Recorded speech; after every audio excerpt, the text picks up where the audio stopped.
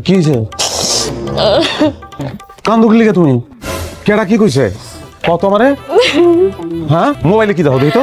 আরে কি কি করলা তুমি? হ্যাঁ ইমোশনের মধ্যে একটা বিরক্তিকর জিনিস করে দিলা। দাও মোবাইল দাও। 3 মাস পরে ঢাকা থেকে আমি আইছি, তোমার ইমোশন তো হওয়া উচিত আমি। তুমি আমারে জড়াই ধরবা, জড়াই ধরে তুমি কান বাজে এত দেরি করছো কি লিখাইতে? হ্যাঁ ইমোশন ঢুকে গেছে মোবাইলের ভিতরে না?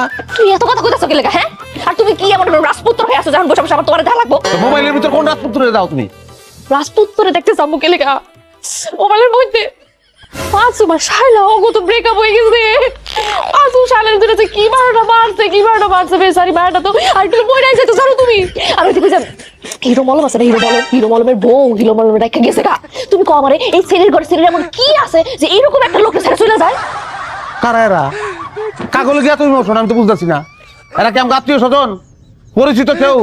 আমি তো কোনোভাবেই বুঝতেছি না। আমি ঢাকা শহরে মাথার কাম পায়ে ফেলাইয়া আমি রোজগার করি, টাকা পাঠাই বাড়িতে, আর ইমোশন ব্যস্ত তোমরা মোবাইলের ভিতরে। হ্যাঁ যুগের সাথে তাল মিলে চলতে হয়, কথাটা কি শুনছো কখনো? বুঝছো এটা মানে? হ্যাঁ ফেসবুকে তো বছর একবার ঢুকো না, যদি ঢুকতা তাহলে বুঝতা ফেসবুকের এখন এই লোকগুলো সবচেয়ে বেশি ক্রেজ এগুলোর জন্য। ধ্বংস হয়ে গেছে। আমার প্রতি কোনো ইমোশন নাই, যাবতীয় ইমোশন মাসুম কয়লার ভিতরে। কয়লা না শায়লা? হ্যাঁ যেটাই হোক ইমোশন তো ওই জায়গায়। তুমি এত কথা বলো না তো, তুমি মোবাইল দাও। আমার খিদা লাগছে না, আমার বাদ দাও। এ কি বাজে মাত্র 11টা, বাদ কি পাবো আমি? হ্যাঁ যাইয়া আমার কো বাদ কি? মোবাইল দাও।